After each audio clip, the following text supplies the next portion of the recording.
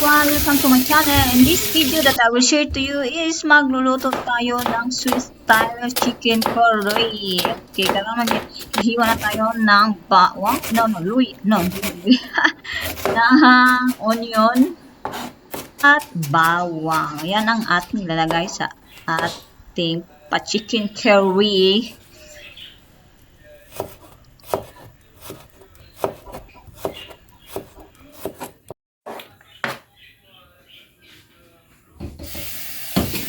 At ito, meron tayong pinya, hiwa-hiwain natin to pagkatapos. At ito ay isa rin sa ating mga sangkap na ihalo natin sa ating chicken curry, Swiss style. But, kasi naman talaga tayong chicken curry, meron naman din pineapple, diba? Pero ito, yung natawag na Swiss style because ang ilalagay natin na cream, na sauce ay cream, hindi yung coconut.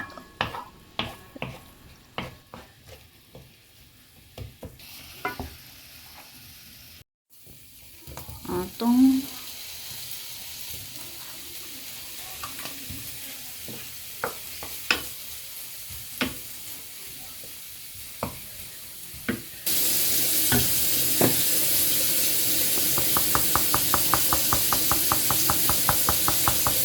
at ito na guys ang ating pastil. Nalagyan na natin ng curry powder.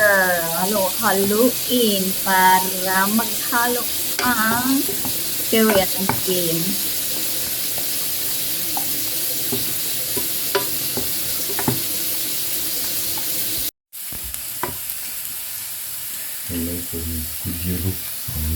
At nilagyan namin pa ng kurkuma guys para mas titingkad yung kulay niya na kulay yellow. More titingkad ang kulay ng buhay.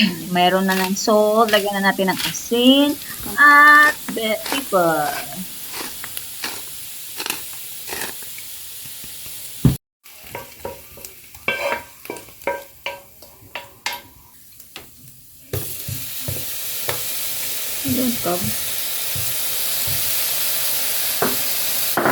At sa totoo lang, muntik na namin nakalimutan yung bell pepper na maglagay. Tapos ito nga, hiniwa na namin at para maalagyan natin ng makulay red ang ating chicken curry.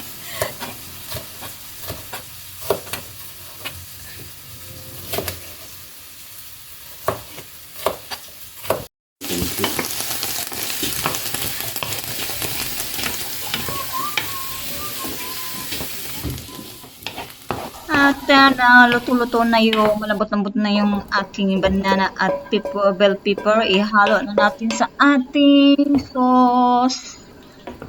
Mahalo-haluin.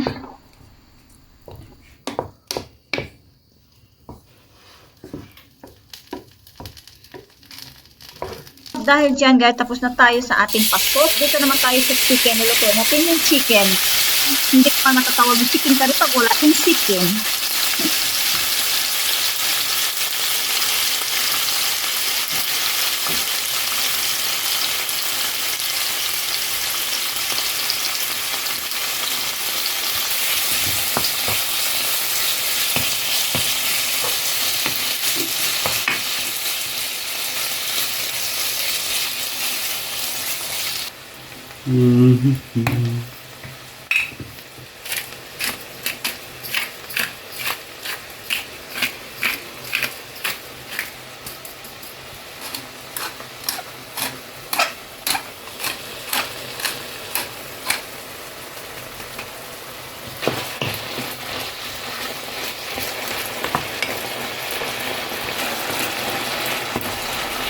Ito na yung halo natin at ready na yung chicken natin. Lalagyan natin mag-chicken sauce ng pineapple.